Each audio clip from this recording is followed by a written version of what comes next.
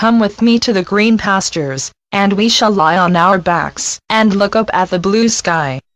Perhaps we chew on a blade of grass. We nod, and we say, "This is good." We sink to the center of the earth at the same time as we are at the peak of Mount Olympus. You may ask, what is the significance of Mount Olympus? In Greek mythology, Mount Olympus was the meeting place of the gods. Figuratively, this is where we meet. And, as we survey the inner earth and the highest heavens, we say, "This is good." In infinity, there is only forever, which is no time at all. There are no deadlines.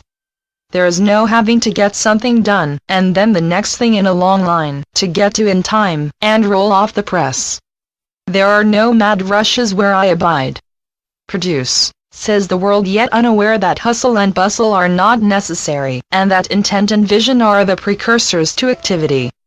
Now forget the supposed past, for what is the point of calling the past to you as if the past were enchanted? Of course, the past is a kind of enchantment. The past wishes to lure us back so that the past can be honored and believed in. My advice is, once the past has told its story, let it rest. What use is the past now except as a bookmark or as an anecdote? The past is a kind of enchantment that you like to recall and mull over. You either want to renew the past, or you want to remove it. Hey, just let go of it. Undo the enchantment. No matter how important to you, leave the past behind. Walk away from it. It will vanish anyway. I will also reiterate that the past is an illusion that you are delirious about. It is a fact that the past you treasure and the past you fault will all vanish. You will leave them behind with all the other possessions you hold dear to you. The past is thin air. You, yourself, will never vanish in that you will indelibly exist. Indelibly the truth of you will continue to exist, this eternal being essence of you. This tour of earth will be over, and you will be on your way to me directly. Being is always right now. That's it. Your being. Where does being exist when there is no place?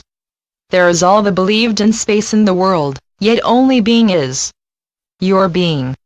You are being housed temporarily in a form. Yes, you are just a form, a formulation. In the world, you are formative. In truth, you are being and nothing but being.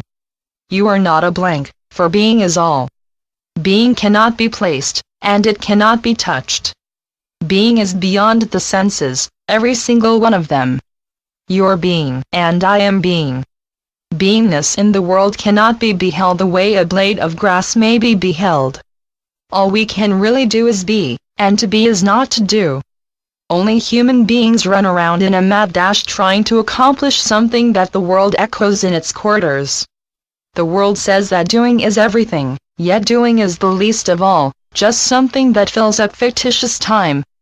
A kind of churning goes around in life, churning, churning, churning. As we recline here in this field of greenery interspersed with daisies and dandelions, we are, you and I. We be. In this non-time is where life is happening, and from where life comes. Here is where the silence and stillness create the happenings on earth. From the silence, all the frantic perpetual activity is much ado about nothing. Beloved, now, you get up from the green pastures. You get up, brush yourself off, and get back to the pavement and man-made sounds and endeavors where, on the surface, performance is asked for. What did you do today? The world asks. What did you do over the weekend? What you do isn't the making of you. What you are is the making of you.